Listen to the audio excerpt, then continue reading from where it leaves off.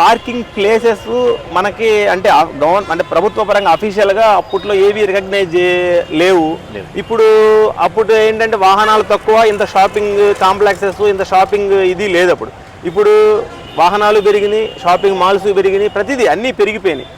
వచ్చిన అతను ఇప్పుడు మనం వీఆర్సీ దగ్గర నుంచి గాంధీభవన్ వరకు తీసుకుంటే రోడ్డుకు బోత్ సైడ్స్ షాపులు ఉంటాయి, ఇవి అన్ని కమర్షియల్ షాపులు. కానీ ఎక్కడా కూడా అవి కింద పార్కింగ్ అనేది ఒకదానికి కూడా మనకి ఇది అవ్వదు. సో మనం ఏంటంటే ఇంకా మనం పూర్తిగా పబ్లిక్ను కూడా ఇబ్బంది పెట్టాలి అనేది కూడా కరెక్ట్ కాదు అనే ఆలోచనతో ఒక వరుస అంటే ప్రజలకు పోయే వాళ్ళకి ఇబ్బంది ఉండకూడదు, వచ్చిన వాళ్ళకి ఇబ్బంది ఉండకూడదు, ఒక వరుసకే అన్నట్టు మేము ఇది చేస్తూ ఉన్నాం.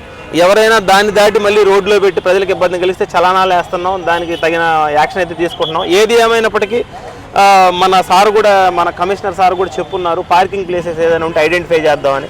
వీలైనంత త్వరగా ఎక్కడైనా ఈ దగ్గరలో అంటే ఎక్కువ దూరం ఇది అవ్వకుండా దగ్గరలో ఉండి, ఇప్పుడు మార్కెట్ ఉంది, మార్కెట్ దగ్గరలో ఎక్కడైనా వేకెంట్ ప్లేస్ ఉంది, అక్కడ మనం పార్కింగ్ ప్లేస్ సెట్ చేస్తే అటు ప్రజలకి ఇబ్బంది ఉండదు, రోడ్డు మీద పోయే వాళ్ళకి ఇబ్బంది ఉండదు, మార్కెట్కి వచ్చిన వాళ్ళకి ఇబ్బంది ఉండదు. ఇవన్నీ కూడా ఈ అంశాలను కూడా దృష్టిలో పెట్టుకొని తగిన చర్యలు అయితే తీసుకునేదానికి మేము కూడా ఆలోచన చేస్తూ ఉన్నాం.